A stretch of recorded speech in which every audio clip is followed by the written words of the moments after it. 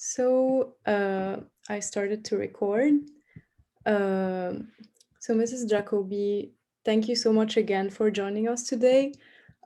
Just to present you a bit, you're a professor in political studies at the University of Manitoba, and you're specialized in international relations, and more specifically, your work focuses on terrorism, radicalization, Middle Eastern politics, the Israel and Palestine conflict, and gender and war.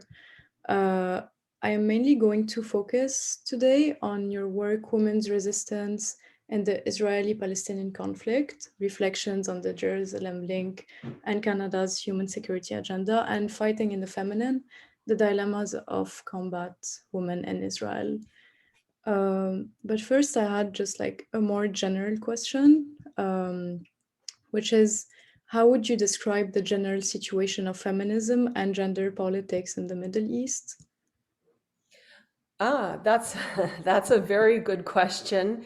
It's not really something that I can answer um, in a way that represents the entire Middle East, because obviously gender legislation, gender rights, social movements are all very different in different countries.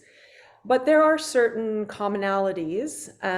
So just remember that I'm using generalizations here to make the point.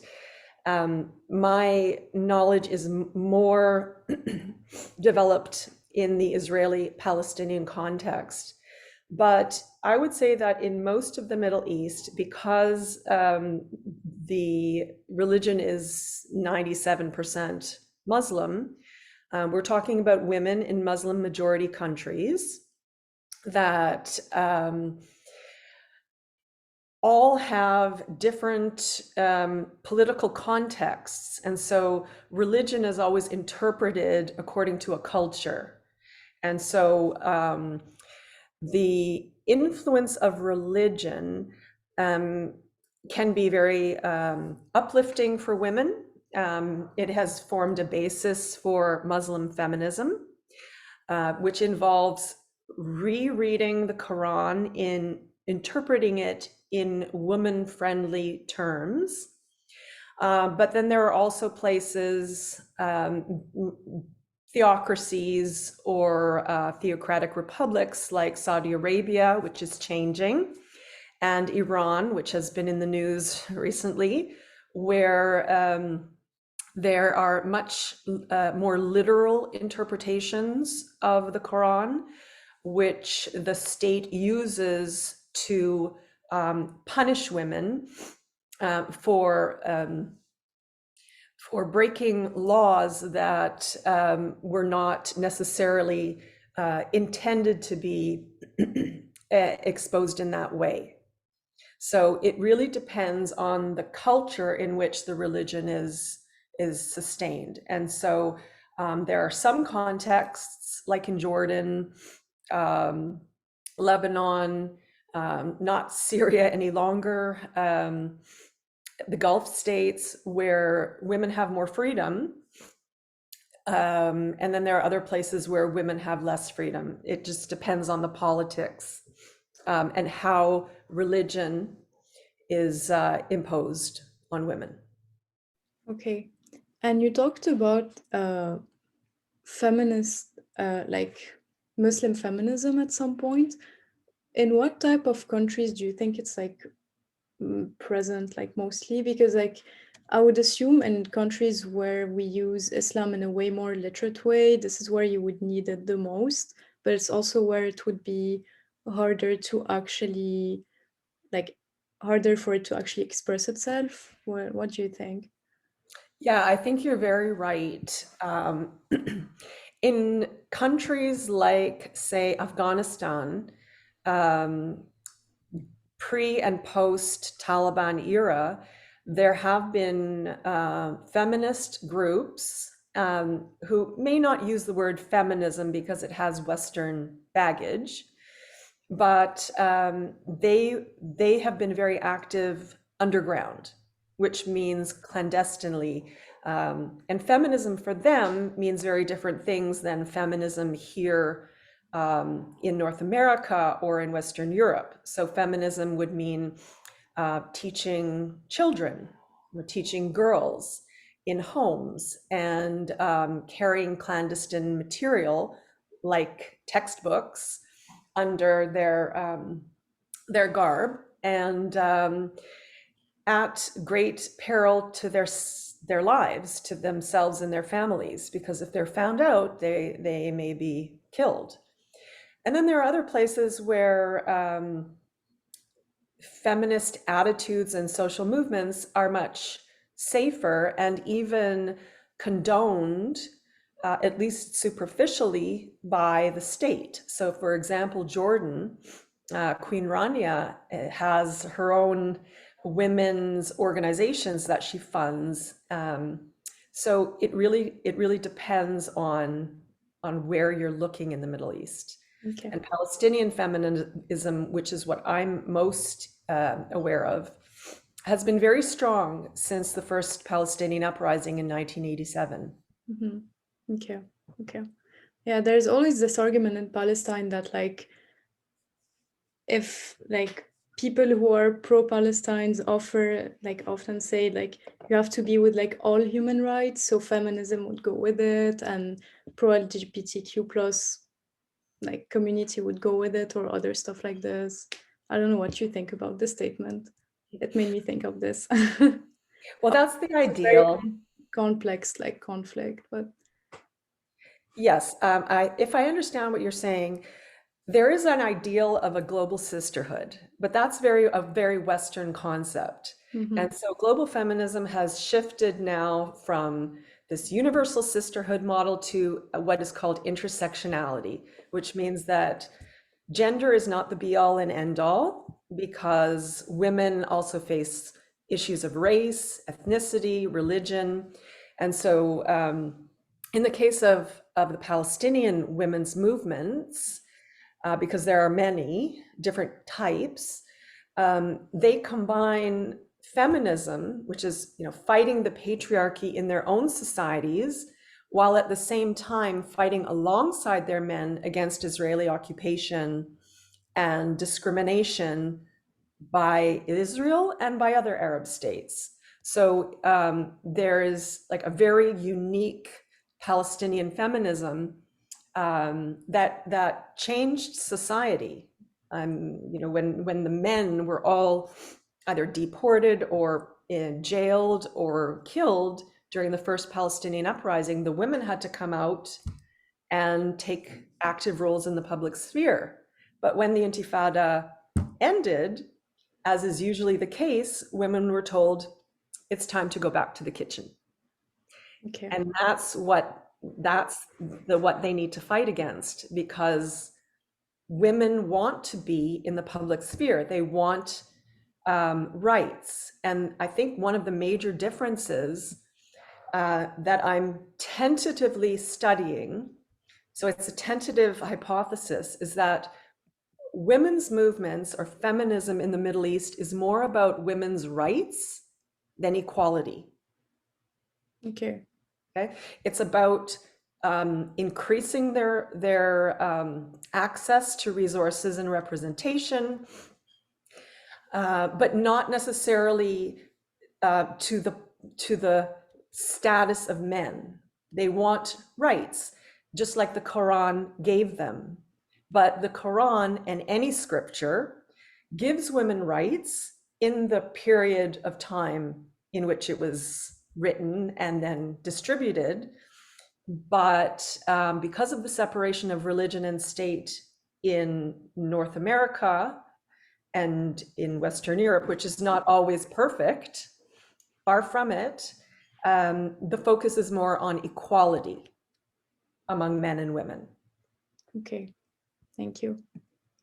And to focus more on your works that I mentioned, I wanted to ask you about the case study that you mentioned of like the Canada Fund for Dialogue and Development in Israel and Palestine and Jordan, and how Canada went from a peacekeeping to a peace building strategy after the Cold War.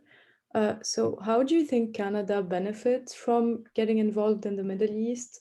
And does it involve concerns of terrorism? Well, Canada has a checkered history in the Middle East.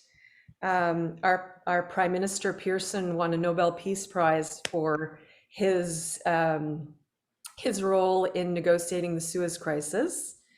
And we have definitely been involved in different UN missions, particularly the UNIFIL, United Nations, UNIFIL, sorry, cut that out. I forget what it's called right away. United Nations Interim Force in Lebanon, that's what it is. Okay. There has been a very strong Canadian presence there, but Canada isn't a very strong military. So we tend to move into niche areas. And one of the areas that we focused on in the 1990s, which were the peace era decades, was Palestinian refugees, which is one of the final status issues in the Israeli-Palestinian Declaration of Principles. So there's not much we can do except for a little bit here and there. And as we all know, the final status issues have never been resolved. So there was a lot of work done in Canada on Palestinian refugees, but none of it came to fruition. Okay. And is it still going on until now, or did it stop at a certain point? Okay, so the Canada Fund was a project within the Canadian Ministry of Foreign Affairs, and the intention was to develop dialogue between Israelis, Palestinians, and Jordanians. And money didn't go to Israelis, it just went to the Palestinians and Jordanians. And the intention was to bring people together. And so I did some research on that and joined an organization called, it was called Daughters of Peace, which was an organization in the women's peace movement in Israel and Palestine that had one women's center in Jerusalem and one women's center in the Palestinian areas. And so during the 90s, the border was open much more freely. So the groups of women got together, and there were many dialogue groups, many cultural activities, because I think it's very important, as did the Daughters of Peace, that individuals get together to meet, because nations can be at war, but individuals, when they meet each other from the opposite end of conflict, they may or may not, but usually they do see the other person as human. And they realize that the other person's story is real. And so I was very devoted and dedicated to that until the peace process fell through in 2000. 2000 was the last attempt to create peace between Israel and what was then the Palestinian National Authority, which had been created. And when that peace process fell through, the Israeli left wing, which was the more peace-loving side of the political spectrum in Israel, collapsed. And on the Palestinian side, the women's movement also weakened. So since, I would say, 2000, this kind of activity has not been very popular. Although people still do it, there are still diehard supporters of women's dialogue across the national divide, but it's not as popular and it's not as well funded because the Canada Fund no longer exists. Okay. And I'm assuming now there's also more and more polarization on each side. And also, I didn't know about this organization. It's very interesting because it kind of explores the issue of intersectionality that Israeli and Palestinian women are going through. But that's great. Yes, because Palestinians and Palestinian and Israeli women both face patriarchy in their own societies, as women do all over the world, and yet they have specific challenges. In the Palestinian areas, the women are supportive of, at the time in the 90s, it was Palestinian political parties, and then the activism became more violent. And on the Israeli side, women were very active in the campaign for the right to fight, which was granted to women in at the end of the 1990s to engage in combat positions for the very first time in a country which they undergo mandatory conscription. So it has become polarized on both sides because they're working at opposite ends.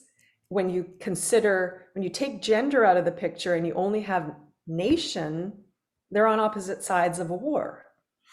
They're on opposite sides of an occupation and a resistance movement. So it has become very complicated. And yes, you're right. It's very polarizing. And I think nowadays, a lot of people, especially young people and students, don't know the history of the conflict. And so they just come to know it through social media.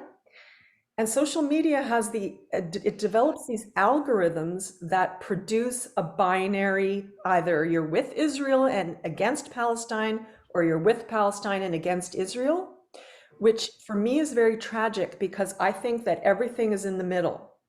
The extremists on both sides are actually allies because they both keep the conflict going, and there's a military-industrial complex behind it from many different countries that want to sell weapons, and they want countries to be unstable in the Middle East so they can come in and divert resources or make profits.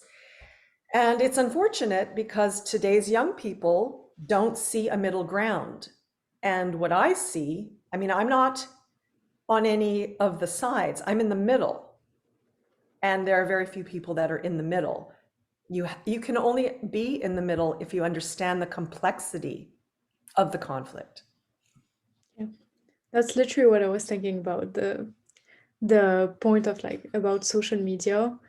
It's really hard on our generation because, as you said, algorithms make it in such a way that you're always just exposed to your own opinion, and it only makes it stronger.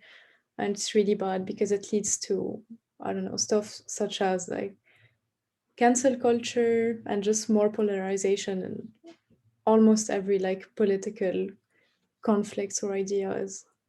Yeah, it's a big issue, I think. Also, our conversation kind of answered my two next questions, so I would just go directly to the last one. Would you say that a certain dilemma women have, like there's a certain dilemma women have to face? I'm sorry, I got confused. Would you say that like a certain dilemma women have to face is the choice between their nationalism and feminist solidarity in the Middle East, especially when fighting? It is a painful choice if you feel that you need to make the choice. But I think that over the decades, and the Israeli-Palestinian conflict, I don't trace to biblical times. I trace it to the 1880s when the demographics started changing with Jewish influx into Palestine and Arab dispossession. So the problem is that, yes, these are two conflicting nations, but I think that over time, feminists have been able to acknowledge that they are intersectional that they have feminist goals and nationalist goals, and there may be contradictions between them, but they work through them in very strategic ways, sometimes successfully, sometimes not so successfully. Okay. Thank you so much. I think that's it for me with the questions. It was a really interesting conversation. So thank you so much for taking the time to answer my questions Well, and thank you so accepting to much. get recorded. Well, thank you so much for coming up with such good questions. I can see that you're very knowledgeable about the subject, and Thank you. I appreciate that. So Thank you. I hope your viewers learn a little something, and you can call me anytime for I more. hope so too. Thank you so much. I'll definitely send you the link when it's posted. It should be posted by next week, the Okay. Friday after this one. So, yep. Thank Okay. you. Okay. Have a Peace. good day. Peace. Bye bye. Bye.